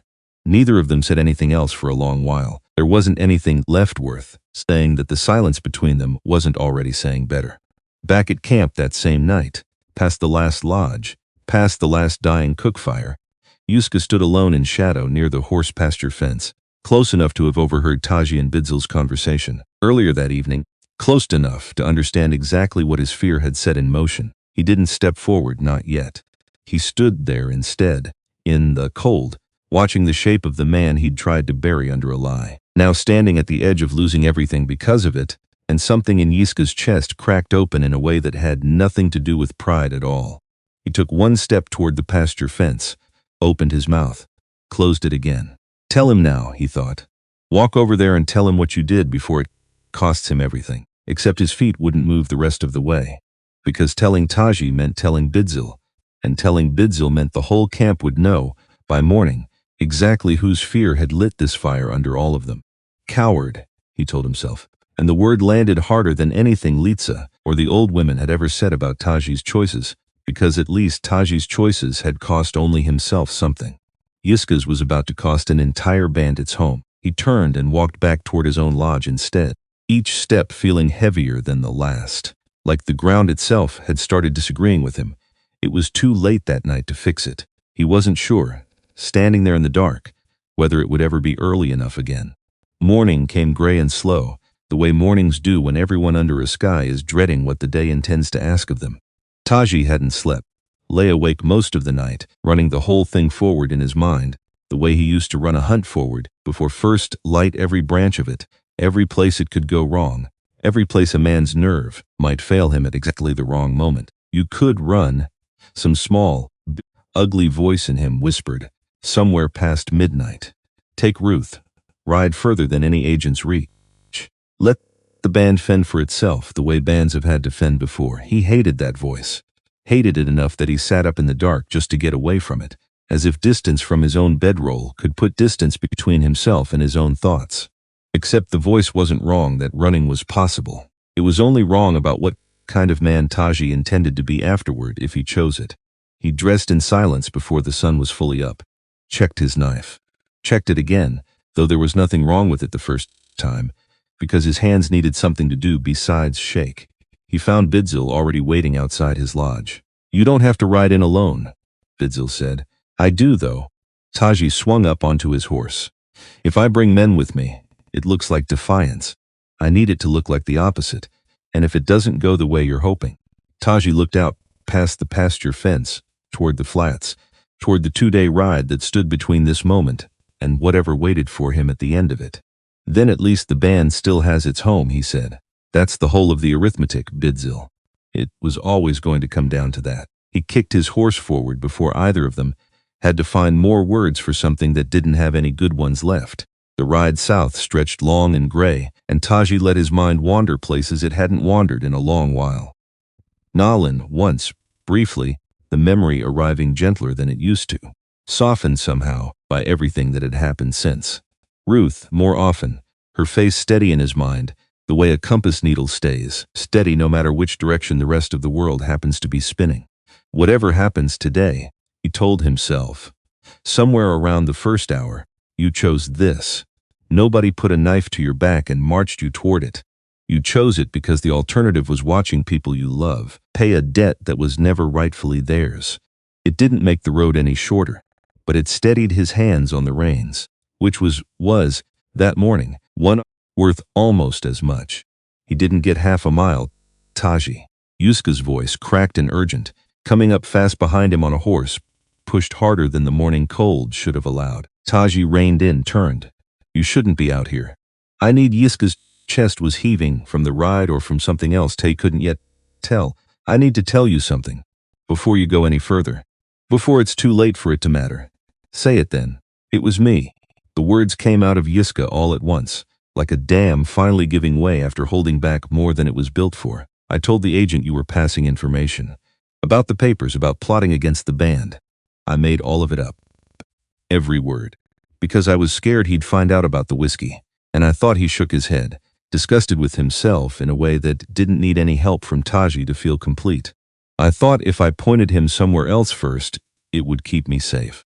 Taji sat very still on his horse. You knew, he said slowly, that this could cost the whole band its home. I didn't think it through that far. That's not an excuse. I know it's not. Yiska's voice broke on the last word. I've been standing at the edge of telling you for 3 days, and I kept losing my nerve. I'm not losing it again. Not this time. What do you want me to do with that, Yiska? I want you to let me come with you. Let me tell the agent the truth myself. All of it. Yiska met his eyes, and there was nothing left in his face of the boy who used to trail Taji through the brush, learning patience one still morning at a time. Only a man, finally standing up straight under the weight of what he'd done. I started this. I should be the one standing in that office undoing it, not hiding behind you while you carry the cost alone. Taji studied him a long moment. Then he turned his horse back onto the trail south and nodded once toward the empty space beside him. Ride then, he said. We'll go together. They rode the rest of the morning in near silence, the kind that isn't empty so much as full of things both men understood, without needing to say them out loud again. Somewhere around midday, Yiska finally spoke, his voice smaller than Taji had ever heard it. I used to think if I could just get ahead of you once, just once, at anything, it would fix something in me. He stared straight ahead at the trail, unable to look over while he said it. I don't think that anymore. Whatever was broken, it wasn't going to get fixed by tearing you down. I understand that now. Understood it too late to matter. Maybe. But I understand it. It matters, Taji said. Late still counts for something, Yiska. It's the men who never arrive at it at all who should worry. Yiska didn't answer that, but something in his shoulders eased, just slightly for the first time in days. Whitmore's office sat exactly as ugly and gray as Taji remembered it from stories. Flag hanging limp out front in air too cold and too still to move it. They weren't alone when they arrived. A cavalry officer stood outside speaking with 2 soldiers down from the fort on a routine inspection of the agent's books. As it happened, a visit scheduled long before Taji had ever decided to ride in, and something about the set of his shoulders made Taji's memory turn over. Slow, searching. It took a moment. Then it landed. 3 winters back, a flooded crossing on the way to a hunting ground Taji's band had used for generations. A young lieutenant, new to the territory, pushing his horse across water running faster and colder than his maps had accounted for. The horse had gone down. The lieutenant had gone under, come up once, gasping, gone under again. And Taji, close enough, and fast enough, and unwilling to watch a man drown over a river crossing, he hadn't gone in after him, without a second thought for what uniform the man happened to be wearing. He'd pulled him out 50 yards downstream, both of them coughing up river water on the bank, and the lieutenant, once he could speak again, had asked Taji's name so he'd have it to remember. Taji hadn't expected the memory to matter again after that day. Debs like that out here rarely got the chance to matter twice. Captain McAllister, Taji said now. The officer turned and recognition crossed his face too, quick and unmistakable. I know you, McAllister said. You're the one who... He stopped himself, glanced at the soldiers nearby, then back at Taji with something sharpening behind his eyes. You're the man Whitmore's been building a report about. I am. Then you'd better come inside, McAllister said, because I think there's more to this than what's been written down so far. Whitmore didn't look pleased to find a captain sitting in on what he'd clearly intended to be a short, tidy proceeding. This doesn't concern the army, Whitmore said. An assault on a civilian, involving one of the bands under partial military oversight, concerns the army plenty. McAllister's voice was even, unbothered by Whitmore's tone in a way that told Taji 2 men had disagreed about where one man's authority ended and another's began. Let's hear the whole of it. Properly. He nodded at Yiska. Yiska's hands were shaking, but his voice, when it came, held steady enough. I lied, he said. There was no plot. No papers. I told you Taji was passing information because I was afraid you'd find out I'd been trading whiskey with Crane, and I thought pointing you somewhere else would protect me. Whitmore's face darkened.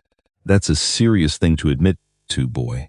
It's a more serious thing to have done, Yiska said, and something in his voice held a note none of them had heard from him before. Not fear. Something closer to relief. The particular relief of a man finally setting down a weight he'd been carrying to remember what walking upright without it felt like. Whitmore turned to Taji next, jaw tight, and the assault on Crane. That's not so easily explained away. Because it wasn't an assault, Taji said.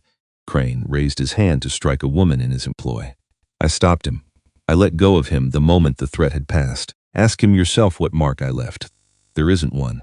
His word says different. His word, Taji said, has been different from the truth for longer than you've been riding out to check on us. Agent Whitmore, Something in his tone made even McAllister go still. Waiting. That's a serious thing to say about a licensed traitor, Whitmore said. So is calling an innocent man a conspirator on the word of a frightened boy, without ever once checking whether the word held up. Taji didn't raise his voice. He'd learned a long time ago that raising it only ever gave men like Whitmore an excuse to stop listening. You didn't check, did you? You had your excuse. You used it. Careful. I've been careful 3 years running, Agent Whitmore. Careful is what kept my people fed while you signed off on numbers that never once matched what actually reached our camp. Taji held his gaze steady. I'm done being careful about the truth, only about how I say it. McAllister's mouth twitched, something close to admiration crossing briefly behind his otherwise composed expression. Go on, McAllister said. Let's hear the rest of it. Taji laid it out from there, piece by piece, the way he'd once tracked a deer trail through brush, too thin to hide a rabbit patient. Unhurried, letting each fact settle into its place before reaching for the next one. The ledger he'd overheard Crane building out of nothing, charging a widow for debts that existed only on paper, the trader's mark on old crates, and blankets sold off damaged, and a winter that had cost him more than anyone in this room could ever be made to understand. Ration numbers that never seemed to match what the band actually received, season after season, and always short, always explained away with excuses that never quite held together if you looked at them twice. I'm not a man who reads numbers for a living, Taji said, but I've watched my people go hungry 2 winters running, while the man weighing our hides skims a little more off every scale each season, and while the man meant to see us fed signs off on reports that don't match what actually reaches our camp. Whitmore's face had gone carefully blank, the look of a man doing quick, uncomfortable math of his own. That's a serious accusation. It's a documented one, McAllister said, and something in his voice had shifted entirely now, cold and precise. I've had my own doubts about your ration reports for the better part of a year, Whitmore. Numbers that don't reconcile. Complaints from 3 different bands that never seem to make it into your official paperwork. He looked between Whitmore and the door Crane would eventually be dragged through. I'll be requesting a full audit today, and I'll be doing it with an officer from outside your own chain of reporting, so there's no convenient place for anything to quietly disappear before it can be looked at properly. Whitmore said nothing. There wasn't anything left to say that wouldn't make the silence worse. McAllister released Taji and Yiska from any further questioning within the hour, the charges against them dissolving as quickly as they'd been invented. But Taji didn't ride north, back toward camp, the way Yiska did. The trading post sat only a few hours further south of Whitmore's office, closer to this ground than to home, and something in Taji wouldn't let him turn away from it yet. Crane would hear what had happened here today, and Crane would hear it soon, and Taji meant to reach Ruth before that news did. He kicked his horse south instead of north, and, word, moving the way it always moved out here, raced to beat him there. Word reached the trading post before Taji did. The way word out here always seemed to travel faster than any horse could carry it. Ruth heard it first from Otis, breathless, having ridden hard the moment he caught wind of what was unfolding at the agent's office. Whitmore under investigation. Crane named alongside him.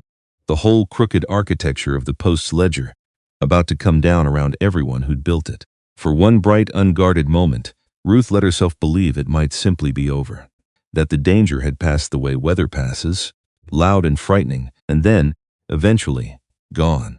She should have known better. She'd lived at this post long enough to understand that Silas Crane never simply let a thing be over, not while he still had breath left to fight it with.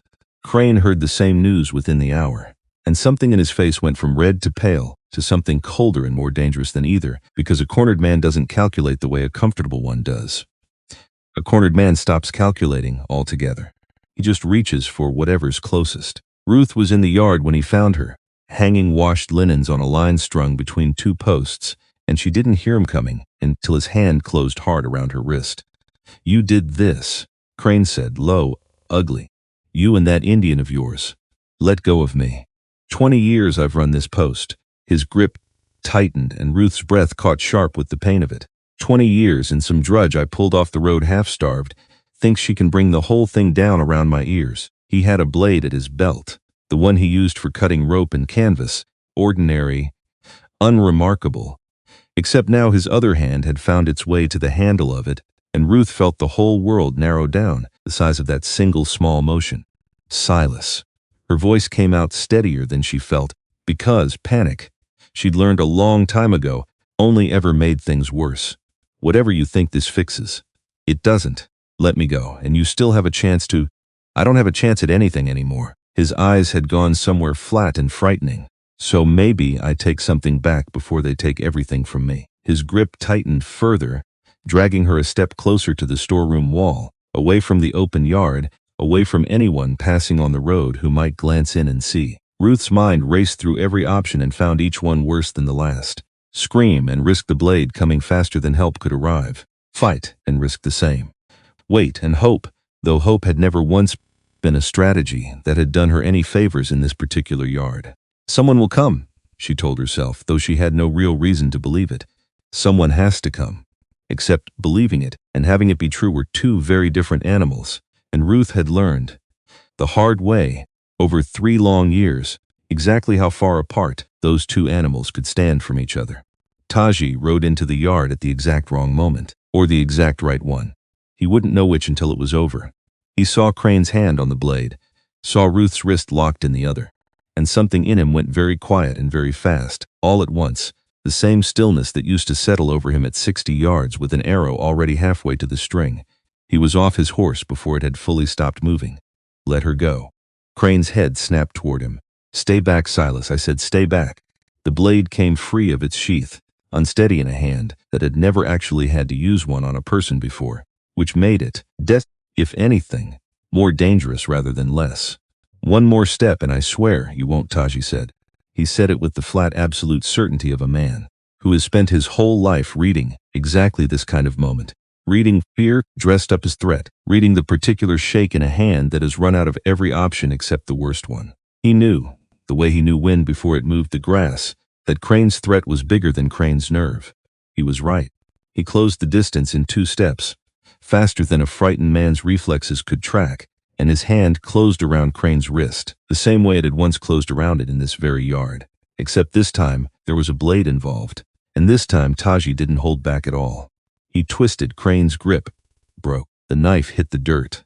Taji had him on the ground half a breath later, one knee planted, Crane's arm pinned at an angle that made further struggle a very bad idea, and further breathing the only sensible option left. There was no argument this time, no voice in him weighing one choice against another, the way there had been in this same yard once before. He'd already had that argument with himself weeks back, and settled it. What was left now was only the doing of it quick, certain, without a single wasted motion, the kind of stillness that comes after a decision, rather than during one. He held Crane there, pinned, disarmed, beaten without being broken, because breaking him would only hand Whitmore's replacement a fresh excuse to write a different, uglier report about who the dangerous man in this story really was. You're done, Silas, Taji said. Not by my hand, by the truth. That's worse for a man like you than anything I could do to you here.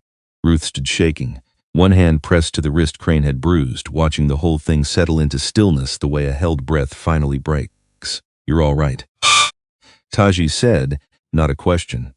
Checking anyway. I am now. 2 soldiers Otis had flagged down from the road arrived minutes later to take Crane into custody, and by the time they let him off, cursing spent, stripped of every ounce of the power he'd spent 20 years building his whole identity around, Ruth had finally stopped shaking. She looked at Taji like she was seeing him fully for the first time, though she'd been looking at him for months by then. You could have killed him. I know, why didn't you? Taji looked down at his own hands, steady now, though they hadn't been a minute ago. Because that's not the man I want to be standing next to you, he said. Whatever this costs me, I'd rather be the man who put the knife down than the one who used it.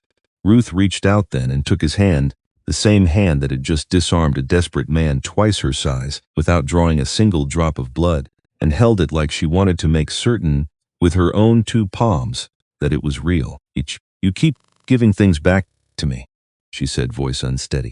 Cups of water, safety now this. I told you once. I didn't come to give things so you'd owe me anything back. He looked at her, something soft finally breaking through the hard stillness that had carried him through the last few minutes. I came because I wanted to. She let out a breath that was half laugh, half something closer to tears, and neither of them let go of the other's hand for a long while after, standing together in a yard that had, for 3 long years, only ever meant danger to her and now finally meant something else entirely. The investigation moved faster than anyone expected. Once McAllister's audit officers arrived with full authority and no patience for excuses, the ration numbers told the story on their own. Once someone finally sat down and made them tell it.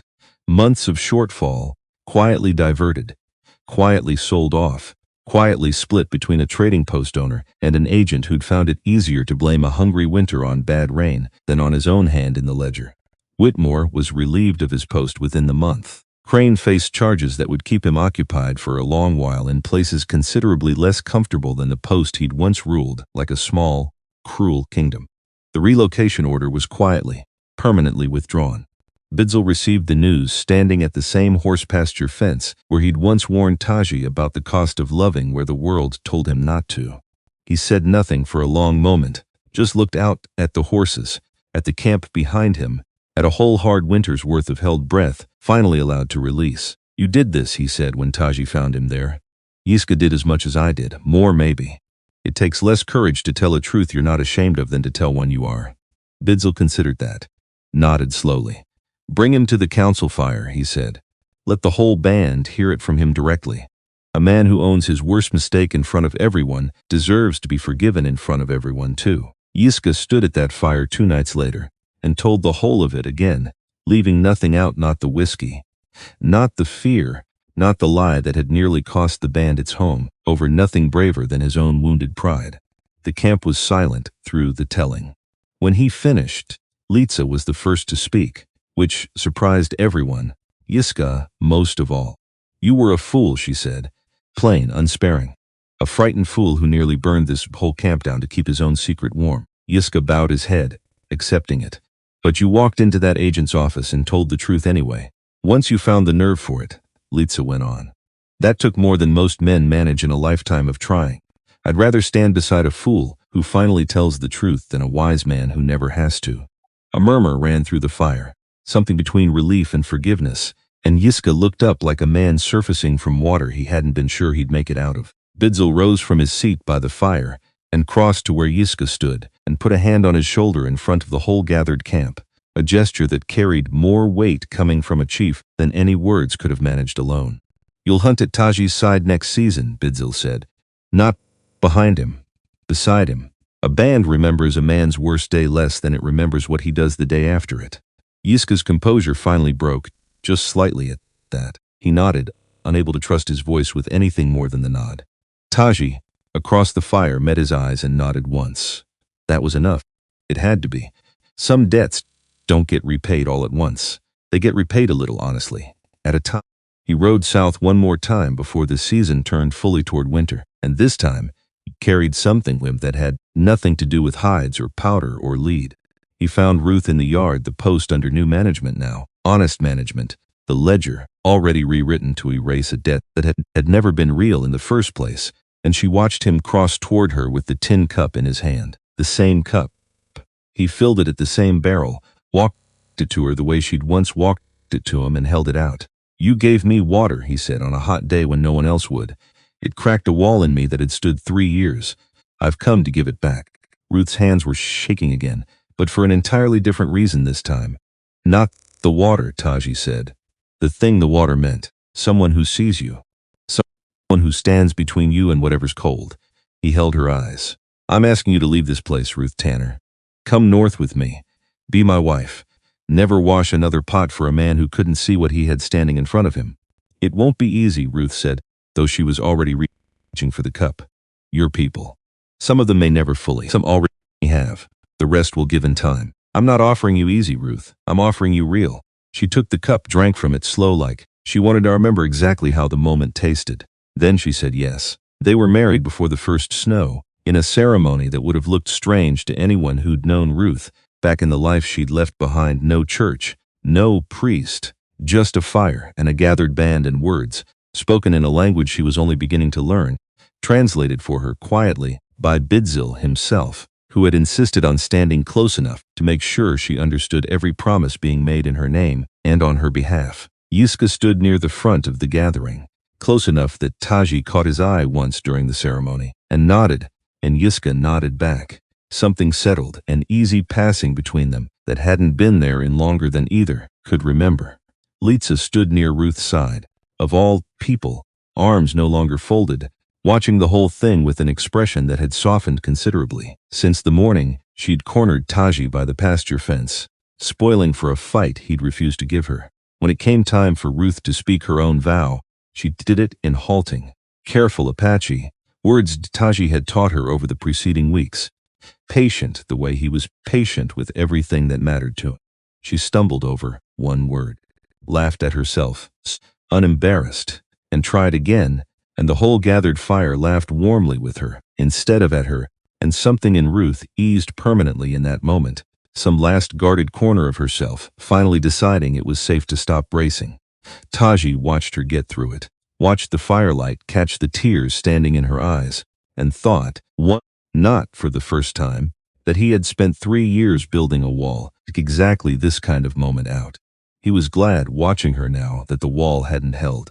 She had left the post for good that same week, taking nothing with her but the dress on her back and the tin cup, which she kept, and which she would keep for the rest of her life, on a shelf where the morning light could find it. The band didn't welcome her all at once.